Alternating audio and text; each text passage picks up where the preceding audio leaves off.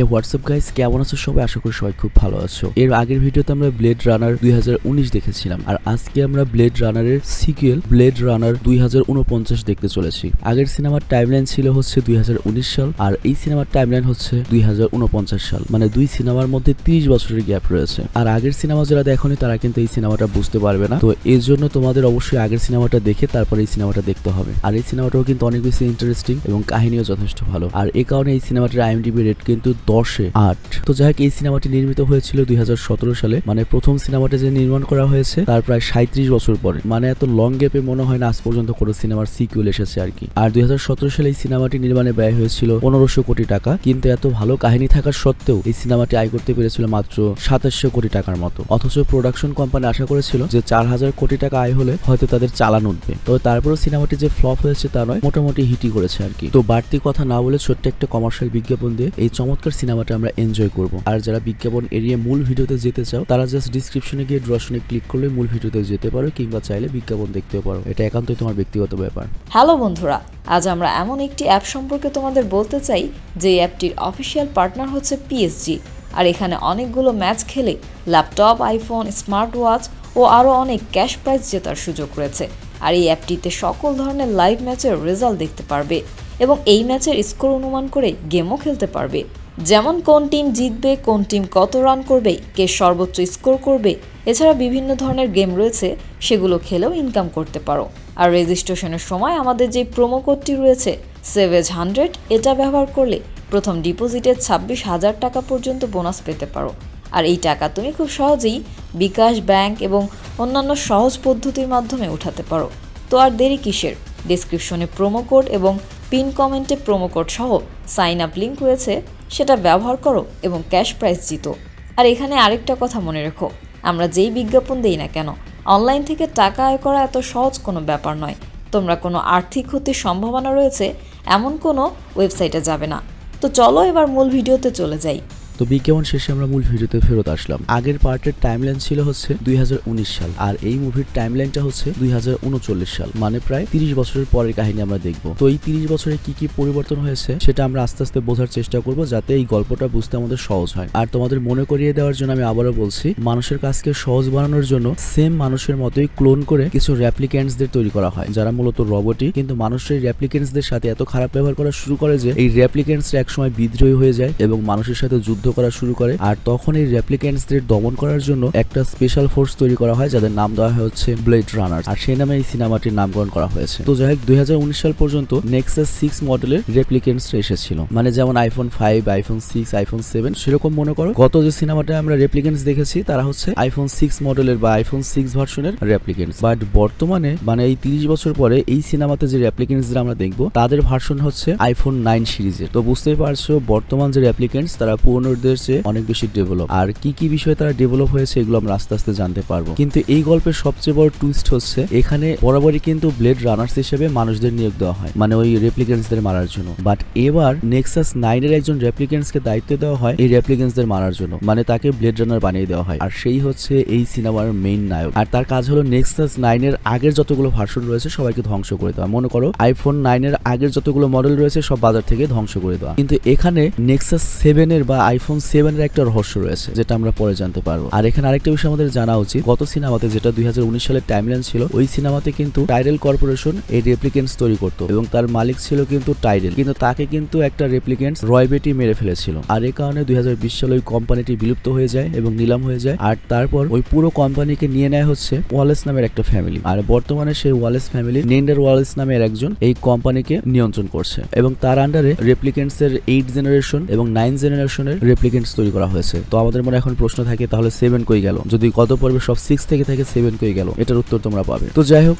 এরপর সিনেমার main story শুরু হয়, যেখানে আমরা ক্যালিফোর্নিয়ার 2049 সালের দৃশ্য দেখতে পাই। আর আমাদের সামনে এন্ট্রি হয় এই সিনেমার মেইন ক্যারেক্টার নায়কের। আর সে একটা নেক্সাস 8 রেপ্লিকেন্টকে মারতে এসেছে। আর তখন তার সাথে দেখা হয় যে একজন কৃষকের, যাকে দেখে চিনতে পেরেছো WWE এর ব্রাতিস্তা, কিন্তু এখানে তার নাম হচ্ছে ধরো জন। আর আমাদের যে নায়ক তার নাম হচ্ছে কে। তো কের মিশনটা ছিল হচ্ছে এই নেক্সাস 8 এর রেপ্লিকেন্টস কে মেরে তার চোখ দুটো সাথে করে নিয়ে যাওয়া, আর ওই চোখ দুটো হবে হচ্ছে প্রমাণ যে অমুক আমি রেপ্লিকেন্টসকে মেরে এসেছি। তো এরপর তাদের দুজনের মধ্যে ফাইট শুরু হয়ে যায়, আর লাস্টে বাতিস্তাকে বা জনকে মেরে ফেলে কে করে কি চোখ তুলে নেয়। বাট বাতিস্তা বা জন মারা যাওয়ার আগে কে বলেছিল যে তুমি তোমার মতো রেপ্লিকেন্টসদের এজন্যই মারছো কারণ তুমি কখনো রেপ্লিকেন্টসদের ভেতরে যে মিরাকেল বা আশ্চর্য জিনিস সেটা এখনো দেখোনি বা জানতে পাওনি। তো এই লাইনের পরবর্তী মানে কি এটা আমরা পরবর্তীতে জানতে পারবো। কিন্তু কে যখন সেখান থেকে চলে আসছিল সে একটা নকল গাছ দেখতে পায়, আর এখানে লক্ষ্য নেক্সাস 9 এর যে রেপ্লিকেন্টসরা রয়েছে তারা অনেক বেশি আপডেটেড ভার্সন এবং তাদের কাছে একটা পাওয়ার ছিল, তারা যে কোনো অবজেক্টকে এমআরআই স্ক্যান করতে পারে। এমআরআই স্ক্যান তো জানোই তোমরা যে আমাদের ব্রেন কিন্তু স্ক্যান করা হয় এমআরআই দিয়ে, ভেতরের ব্রেন পর্যন্ত দেখা যায় কোথায় কি সমস্যা। তো এরকমও করে কি স্ক্যান করে, আর স্ক্যান করার পরে ওই গাছের নিচে চাপা দেওয়া একটা বক্স দেখতে পায়, আর ওই বক্সটা বের করে সে টেস্ট করানোর জন্য তার বসের কাছে পাঠিয়ে দেয়। আর এই মুভিতে বলা হয়েছে প্রতিটা মিশন কমপ্লিট করার পরে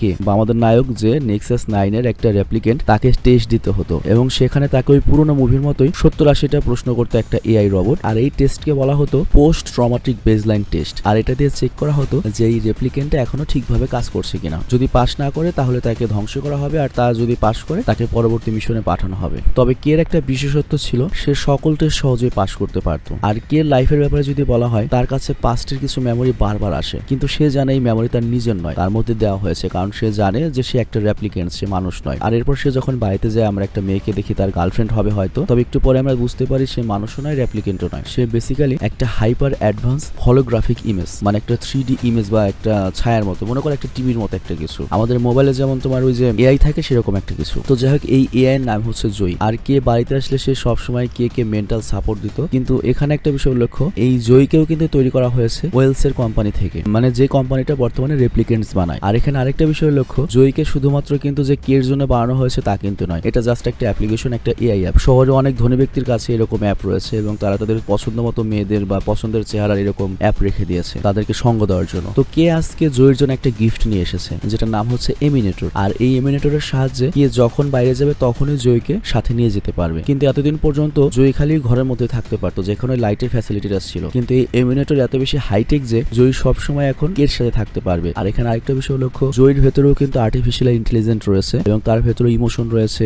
ভালোবাসা রয়েছে, কষ্ট রয়েছে, সবকিছু রয়েছে। তো যাই হোক এরপর সিন শিফট হয় কের বসের দিকে, আর তার কাছে ওই বক্সটা ছিল, আর ওই বক্সে তার একটা মানুষের কঙ্কাল খুঁজে পায়। কিন্তু এরপর যখন ওই কঙ্কালটাকে স্ক্যান করা হয় তারা তখন ওই কঙ্কালের উপর একটা সিরিয়াল নাম্বার পায়, আর ওই সিরিয়াল নাম্বার দেখে তারা বুঝতে পারে যে স্কেলেটনটা কোনো মানুষের নয় বরং এটা একটা রেপ্লিকেন্টের। কিন্তু সবচেয়ে অবাক করা বিষয় হচ্ছে এটা একটা মহিলার স্কেলেটন বা মহিলার কঙ্কাল, আর সে প্রেগনেন্ট ছিল এবং সে বাচ্চা জন্ম দেওয়ার সময় পেন সহ্য করতে না পেরে মারা গিয়েছিল। তো তারা সবাই শকড হয়ে যায় যে একটা রেপ্লিকেন্ট কিভাবে বাচ্চা জন্ম দিতে পারে। কিন্তু যেহেতু তাদের সামনে একটা প্রুফ চলে এসেছে তো তাদের এটা বিশ্বাস করতেই হবে, কিন্তু তাদের এটা এখন গোপন রাখতে হবে, কারণ এই বিষয়টা যদি অফিস পর্যন্ত পৌঁছে যায়, এটা যদি বাইরে চলে যায় তাহলে সকল রেপ্লিকেন্টসরা জানতে পারবে যে রেপ্লিকেন্টসদেরও বাচ্চা হওয়ার ক্ষমতা রয়েছে, আর এতে মানুষও ভয় পেয়ে যাবে, রেপ্লিকেন্টসরাও ভয় পেয়ে যাবে, এবং 30 বছর আগে যে মানুষ এবং রেপ্লিকেন্টসদের মধ্যে যুদ্ধ হয়েছিল সেই যুদ্ধটা আবার হবে। কারণ ধারণা করা হয় এখনো অনেক রেপ্লিকেন্টসরা মানুষের কাছ থেকে লুকিয়ে আন্ডারগ্রাউন্ডে রয়েছে এবং তারা হয়তো মানুষের উপরে বড় ধরনের একটা প্রতিশোধ নেওয়ার জন্য রেডি হচ্ছে। তো এই জন্য এই খবর বাইরে ছড়ানো যাবে না। আর আমাদের নায়ক কে এই কথাই বলা হয়, কিন্তু কে যখন এই কথা শুনে সে অনেক চিন্তায় পড়ে যায় যে রেপ্লিকেন্ট কিভাবে মানুষের মতো বাচ্চার জন্ম দিতে পারে। তো এই জন্য সে করে কি রেপ্লিকেন্টের একটা পুরনো হেডকোয়ার্টারে যায় যেখানে সকল রেপ্লিকেন্ট মানে আজ পর্যন্ত যত রেপ্লিকেন্ট তৈরি হয়েছে তাদের সবার মেমোরি এখানে রাখা হয়েছে সিরিয়াল নাম্বার অনুযায়ী। তো ও করে কি ওই কঙ্কালের যে সিরিয়াল নাম্বার ছিল সেই সিরিয়াল নাম্বার নিয়ে সেখানে যায়, আর ওই সিরিয়াল নাম্বার দিলে জানা যায় যে ওই মহিলাটি ছিল হচ্ছে নেক্সাস 7 মডেলের, এবং পৃথিবীতে এ পর্যন্ত নেক্সাস 7 মডেলের একটা রেপ্লিকেন্টই বানানো হয়েছিল। আর তোমাদের নিশ্চয়ই মনে আছে গত পর্ব যারা দেখেছে ওটা কে ছিল, রেচাল। মানে গত পর্বে আমরা দেখেছি সবগুলোই কিন্তু নেক্সাস 6 মডেলের ছিল, কিন্তু রেচালকে মানে গত পর্বের যে নায়িকা সে কিন্তু একেবারে ন্যাচারাল মানুষের মতো রেপ্লিকেন্ট ছিল। এটা কিন্তু ওকে যে তৈরি করেছে সেই বলেছিল যে ওকে আমি এক ধাপ আপডেট করে তৈরি করেছি। তো এটা বলার কারণ হচ্ছে সে ওই রেপ্লিকেন্টের ভেতরে রিপ্রোডাক্টিভ সিস্টেম মানে বাচ্চা প্রডিউস করার ক্ষমতা দিয়েছিল এবং মানুষের মতো সবকিছু দিয়েছিল। তো এই কারণে নেক্সাস 7 বা আইফোন 7 মনে করে পৃথিবীতে একটা মডেলই এসেছিল। কিন্তু দুর্ভাগ্যবশত টাইডাল যেহেতু মারা গিয়েছে তার কাছে যে প্রযুক্তিটা ছিল রেপ্লিকেন্টের মধ্যে বাচ্চা জন্ম দেওয়ার ক্ষমতা দেওয়া সেই টেকনোলজিটা পরবর্তীতে আর কেউ পায়নি। আর এই কারণে পরবর্তী জেনারেশন নেক্সাস 8 এবং নেক্সাস 9 এর মধ্যে ওই রিপ্রোডাকশনের ক্ষমতাটা আসেনি। কিন্তু বর্তমান যে মালিক ওয়ালেস সে এখন ওই প্রযুক্তিটা চাচ্ছিল, কারণ সে রেপ্লিকেন্টসের মধ্যে যদি ওই রিপ্রোডাক্টিভ সিস্টেমটা পেয়ে যায় তাহলে সেই পৃথিবীতে রেপ্লিকেন্টসদের খামার করতে পারবে এবং একটা রেপ্লিকেন্টস তৈরি করতে তার যত খরচ হয় খামার করলে তারা অনেক কম খরচ হবে এবং সে অনেক বেশি মুনাফা আয় করতে পারবে। তো এখন আমাদের মনে প্রশ্ন জাগে যে ওয়ালেস একদিকে রেপ্লিকেন্টদের মারছে আবার অন্যদিকে সে আরো রেপ্লিকেন্টস বানাতে চাচ্ছে। তো অ্যাকচুয়ালি ব্যাপারটা হয়েছে কি বর্তমান যে পৃথিবী চলছে রেপ্লিকেন্টস খুবই প্রয়োজন একটা জিনিস, আমাদের সবার বাড়ি কাজের মানুষ লাগে। তো ব্লেড রানার্সদের কাজ হলো ওই সব রেপ্লিকেন্টসদের মারা যারা মানুষের বিরুদ্ধে চলে গিয়েছে বা সিস্টেমে ডিফেক্ট হয়েছে বা বিদ্রোহী হয়ে গিয়েছে। কিন্তু আদার সাইড এখন অনেক রেপ্লিকেন্টস তৈরি করা হচ্ছে যাতে মানুষদেরকে সকল কাজে সাহায্য করা যায়। যেমন ধরো তুমি সিঙ্গেল রয়েছো, তুমি একটা পুরুষ বা মেয়ে রেপ্লিকেন্টস অর্ডার করতে পারবে, তোমার সাথে যাইছে তাই করতে পারো, কাজও হেল্প করবে, ঝামেলাও করবে না। কিন্তু যেসব রেপ্লিকেন্টস বাইরে যাচ্ছে মানে বিদ্রোহ করছে তাদেরকে মারার জন্য আবার ব্লেড রানার্স রয়েছে। তো পুরো বিষয়টা আশা করি ক্লিয়ার হয়েছে। আর এখানে উল্লেখ্য নেক্সাস 7 এর আগের যত রেপ্লিকেন্ট ছিল তাদের সবাইকে কিন্তু ডক্টর টারেল বানিয়েছিল, আর এরপর 8 আর 9 এসেছে যেগুলো সেগুলোকে ওয়েলস ফ্যামিলি বানিয়েছে। আর এর কারণেই ওয়েলস এর কাছে ওই রিপ্রোডাক্টিভ সিস্টেম বা ওই টেকনোলজিটা নেই। আর এখানে উল্লেখ্য ওয়েলস যদিও দেখতে ভিলেনের মতো, এটা হচ্ছে আমেরিকার জনপ্রিয় সঙ্গীত শিল্পী এবং অভিনেতা জারেদ লেটো, তার আরেকটা পরিচয় রয়েছে মার্ভেলের মরভিয়াস, আরেকটা পরিচয় রয়েছে হচ্ছে ডিসির জোকার হিসাবে। তো যাই হোক, তার উদ্দেশ্য কিন্তু ভিলেন ছিল না, কারণ সে ইনডাইরেক্টলি এইসব রেপ্লিকেন্টস এর তৈরি করতো মানুষদেরকে হেল্প করার জন্য। মানে তার কাছে এটা জাস্ট একটা টেকনোলজি এবং সে রেগুলারলি এটা নিয়ে ট্রাই করছিল, নতুন নতুন রেপ্লিকেন্টস তৈরি করছিল যে কোন রেপ্লিকেন্টসে ওই রিপ্রোডাক্টিভ সিস্টেমটা আসে নাকি। কিন্তু এরপর যখন সে নতুন আরেকটা রেপ্লিকেন্টস বানায় কিন্তু এবারও সে ফেল হয়ে যায়, আর তখনই সে করিকোটাকে রাগে মেরে ফেলে। তো যাই হোক, এরপর সিন শিফট হয় আমাদের নায়ক কে এর দিকে, আর সে করিকে আরো ক্লু খোঁজার জন্য ওই নেক্সাস 8 এর যে বাড়িটা ছিল যেটাকে একটু আগে মেরেছে তার বাড়িতে ওই গাছের কাছে যায়, আর সেখানে সে একটা ডেট দেখতে পায় যেখানে ডেট লেখা ছিল 6 অক্টোবর 2021। মানে আমরা যে লাস্ট সিনেমাটা দেখেছি সেটা শেষ হওয়ার 2 বছর পরের ডেট। আর তখন আমাদের নায়ক কিছু পুরনো ভিশন দেখতে পায়, মানে ছোটবেলাতেও যখন বাচ্চা ছিল তখন ওর কাছে একটা ঘোড়া ছিল আর সেটাতেও সেম ডেটই লেখা ছিল, মানে 6 অক্টোবর 2021। কিন্তু আমাদের নায়ক তো জানে এটা ওর মেমোরি নয়, ও জানতো যে এটা অন্য কারো মেমোরি ওর মাথায় ঢোকানো হয়েছে কপি করে। কিন্তু তারপরে ও নিজের মেমোরি রিকল করে দেখতে পায় যে ওই সময় অনেক বাচ্চারাই ওর ওই কাঠের ঘোড়াটিকে পাওয়ার চেষ্টা করতো, আর এই কারণে ওই ঘোড়াকে লুকানোর জন্য কে করেছিল ওই বাচ্চাকে একটা কয়লার গুদামের মধ্যে লুকিয়ে রেখেছিল। তো এই বিষয়টা নিয়ে আরো জানার জন্য কি করে কি একটা ডিএনএ আর্কাইভে যায়, আর এখানে 2021 থেকে এ পর্যন্ত যমুনার সকল বাচ্চার মানে মানুষের বাচ্চার ডিএনএ ইনফরমেশন ছিল। আর ওখানেও যখন সার্চ দেয় তখন ওর ডিএনএ একটা মানুষের বাচ্চার সাথে ম্যাচ করে যে ও একটা মানুষের বাচ্চা, কিন্তু তখনও দেখতে পায় ওর ডিএনএ তে একজন নয় বরং দুজন মানুষ রয়েছে, তাও একটা ছেলে একটা মেয়ে। তো অবাক হয়ে যায় যে সেম ডিএনএ তে দুটো মানুষ কিভাবে হতে পারে, আবার আমার ডিএনএ কিভাবে মানুষের ডিএনএ সাথে মিললো। তো তখন ভাবতে থাকে তার মানে আমার কি জন্ম হয়েছে, তার মানে আমি কি মানুষ, আমি কি তাহলে রেপ্লিকেন্ট না, আর আমার কাছে যে মেমোরি রয়েছে এগুলো কি তাহলে সত্যি আমার মেমোরি, কিন্তু আমার কাছে কেন শুধুমাত্র একটা রেপ্লিকেন্টের মতোই বাঁচার লিমিটেশন রয়েছে। মানে আমরা তো জানি প্রত্যেকটা রেপ্লিকেন্টের একটা নির্দিষ্ট টাইম থাকে যে এতদিন পর্যন্ত বাঁচতে পারবে, তো কে তখন ভাবে আমিও কেন রেপ্লিকেন্টের মতো মরে যাব, আমার সাথে এগুলো কেন হচ্ছে। তো এই সব স্মৃতি কে অস্থির করে তুলছিল, আর এই সব স্মৃতিকে আরো ভালোভাবে চেনার জন্য কয়েক ওই ফ্যাক্টরিতে যায় যেখানে সে নিজেকে ছোটবেলায় দেখেছিল, আই মিন ওই মেমোরিতে। তো যাই হোক, এরপর কে যখন ওই জায়গাতে যায় তখন কয়লার জায়গাটিতে যেখানে সে ছোটবেলাতে ঘোড়াটা লুকিয়েছিল আই মিন ওর মেমোরিতে ছিল সেই ঘোড়াটা খোঁজে এবং ঘোড়াটা পেয়েও যায়। তো তখনও পুরোপুরি কনফার্ম হয়ে যায় যে ওর ভেতরে মেমোরি ঢুকানো হয়নি বরং এটা ওর নিজের মেমোরি, এখানেও ছোটবেলা নিজেই কাটিয়েছে। কিন্তু তখন ওর মনে এটাও প্রশ্ন জাগে যে আমার মতো একজন মানুষকে কেন রেপ্লিকেন্টের মতো রাখা হয়েছে বা রেপ্লিকেন্ট করে কেন রাখা হয়েছে। তো এটা জানার জন্য করে কি এই রেপ্লিকানদের যে মেমোরি মেকার মানে যে রেপ্লিকানদের ভেতরে আর্টিফিশিয়াল বা কৃত্রিম মেমোরি দেয় তার সাথে দেখা করতে যায়, যার নাম হচ্ছে অ্যানা স্টেলাইন। তো তার কাজ হচ্ছে কি একটা আর্টিফিশিয়াল বা কারো মেমোরি কপি করে রেপ্লিকনদের মধ্যে আলাদা আলাদা মেমোরি ঢুকাবে। তো যাই হোক, অ্যানার কাছে এমন একটা ডিভাইস রয়েছে যার সাহায্যে সে অনেকগুলো ফেক স্টোরি এবং আলাদা আলাদা অবজেক্ট এবং এর সাথে different kind of environment create করতে পারতো। তো সেখানে গিয়ে কে তাকে প্রশ্ন করে আমি একজন রেপ্লিকেন্ট কিন্তু আমার কাছে যে মেমোরিটা রয়েছে সেটা আমার কাছে সত্যি মনে হচ্ছে, আর আপনি কি এটা চেক করে বলতে পারবেন যে আমার ভেতরে কি অ্যাকচুয়ালি মেমোরি ঢোকানো হয়েছে না মেমোরি আমার মধ্যে আগে থেকেই ছিল। তো এরপর করে কি অ্যানা ওই মেমোরি চেক করে, কিন্তু মেমোরি দেখে সে কান্না শুরু করে এবং কান্না শেষে অ্যানা বলে তোমার মেমোরি রিয়েল। তো এই কথা শুনে কি এর মাথা খারাপ হয়ে যায়, কারণ তার কাছে মনে হচ্ছিল সে একটা রেপ্লিকেন্ট এবং আজ পর্যন্ত সে একটা রেপ্লিকেন্টের মতোই লাইফ কাটিয়েছে। কিন্তু আরেকটা সমস্যা, তার কাছে শুধুমাত্র ওই ছোটবেলার ওই কিছু স্মৃতি রয়েছে, কিন্তু ওই কিছু স্মৃতি ওগুলো সত্য, কিন্তু আমি একজন মানুষ হওয়ার পরও কেন আমাকে একটা রেপ্লিকেন্টের মতো ট্রিট করা হচ্ছে। তো কে এর মাথায় শুধুমাত্র একটা কথাই চলছিল যে আমি যদি মানুষ হয়ে থাকি আমার বাবা মাকে। আর এরপরও করে ওই ঘোড়াটিকে নিয়ে একটা উড স্পেশালিস্টের কাছে যায়, আর যেহেতু টেকনোলজি এখন অনেক উন্নত হয়ে গিয়েছে অনেক অ্যাডভান্স হয়ে গিয়েছে ওই লোকটা কার্ড চেক করেও বলতে পারতো যে কোথায় কোন দেশ থেকে এই কার্ডটা আনা হয়েছে। তো এটা চেক করে সে লোকেশন বলে দেয়, আর এরপর কি করে কি সেই লোকেশনে পৌঁছে যায়, আর ওই লোকেশনে গিয়ে তার সাথে দেখা হয়ে যায় এই সিনেমার আগের পার্টির হিরো ডেকার্ডের সাথে। তো ডেকার্ড তো তখন ভয় পেয়ে যায় ওকে দেখে যে 30 বছর আমাকে কেউ এখানে খুঁজে পায়নি, আমাকে খুঁজে পেলো কিভাবে, হঠাৎ করে ব্লেড রানার্স আমার পেছনে লাগলো কিভাবে। তো এই কারণে তাদের দুজনের মধ্যে ফাইট শুরু হয়ে যায়, কিন্তু কে এর মধ্যে বলে ওঠে আমি তোমারই ছেলে, আর তখনই তারা দুজন শান্ত হয়। তো এরপর কে তার ছোটবেলার কথা বলতে থাকে, আর এখানে গল্পে অনেক ইম্পর্টেন্ট একটা টুইস্ট আসে যেখানে ডেকার্ড বলে আমি আর রেচেল 2019 সালে ব্লেড রানার্সদের হাত থেকে নিজেদেরকে বাঁচিয়ে পালাচ্ছিলাম, আর তখন আমরা একটা সিক্রেট হাইড আউটে নিজেদেরকে লুকানোর ব্যাপারে ভাবি, আর তখনই রেচেল প্রেগনেন্ট হয়ে যায়, আর তার বাচ্চাকে যেন ব্লেড রানার্সরা মারতে না পারে এজন্য আমরা তাকে নিজেদের কাছ থেকে দূরে সেফ রাখার কথা ভাবি, মানে আমাদের কাছ থেকে দূরে রাখবো। আর আমরা ওই বাচ্চাকে একটা এতিমখানাতে পাঠিয়ে পাঠিয়ে দিই। আর এই পুরো কাজে আমাদেরকে সাহায্য করেছিল পুরনো বেঁচে যাওয়া নেক্সাস 6 মডেলের কিছু রেপ্লিকেন্টসরা, এবং তারা আজও বেঁচে রয়েছে এবং কোনো হাইড আউটে তারা টেকনোলজি খাটিয়ে নিজেদের বয়স বাড়িয়ে এখনো বসবাস করছে। আর এখানে উল্লেখ্য কের কাছে যেহেতু এমিনেটর ছিল, যেটার সাহায্যে সবসময় সে জয়ের সাথে কথা বলতে পারতো, কিন্তু সমস্যা হচ্ছে ওই এমিনেটরটাও তো ওয়েলসের কোম্পানির প্রোডাক্ট। তো এই জন্য ওয়েলসের যে সেক্রেটারি, যার নাম হচ্ছে লাভ, সে ট্র্যাকার দিয়ে জানতে পারে যে কে পুরনো একটা রেপ্লিকেন্টের খোঁজ পেয়েছে, যে 32 বছর আগে নিখোঁজ হয়ে গিয়েছিল, এবং সেই হচ্ছে একমাত্র রেপ্লিকেন্ট যার ভেতরে রিপ্রোডাক্টিভ সিস্টেম মানে বাচ্চা জন্ম দেওয়ার ক্ষমতা ছিল। তো ওই ডেকার্ডকে ধরার জন্য সোজা ওখানে চলে যায় এবং এখানে অনেক ফাইট দেখতে পাই আমরা, এবং এই ফাইটে ডেকার্ড হেরে যায় এবং লাভ ডেকার্ডকে ধরে তার সাথে নিয়ে যায়। কিন্তু কে আমাদের নায়ক সেখানে আহত হয়ে থাকে। কিন্তু কে অল্পের জন্য ওই রেসিডেন্ট যে র্যাবেল গ্রুপ রয়েছে মডেল 6 এর, তারা করে কে বাঁচিয়ে নিয়ে যায়। আর তখন এই সিনেমার সবচেয়ে বড় প্লট রিভিল হয়। এখানে কে জানতে পারে যে আজ থেকে 30 বছর আগে নেক্সাস 7 মডেলের একমাত্র রেপ্লিকেন্টসকে নিয়ে পালিয়েছিল নেক্সাস 6 এর ডেকার্ড। আর তারপর তাদের একটা বাচ্চার জন্ম হয়েছিল, তবে সেটা একটা মেয়ে ছিল। আর তখন ওই মেয়েটাকে বাঁচানোর জন্য রেপ্লিকেন্টস এর বাকি যে সদস্যরা ছিল বেঁচে, তারা ওকে পাঠিয়ে দিয়েছিল এতিমখানাতে। আর সেটা ছিল মানুষের এতিমখানা। আর ওই বাচ্চা আর কেউ নয়, ওটা ছিল হচ্ছে এই রেপ্লিকেন্টসদের জন্য যে মেমোরি তৈরি করে অ্যানা স্টেলাইন। তো এই কারণেই অ্যানা যখন আমাদের নায়কের মেমোরি চেক করেছে, সেখানেও নিজের মেমোরি পেয়েছিল। আর এই কারণে অ্যানা কেঁদে দিয়েছিল।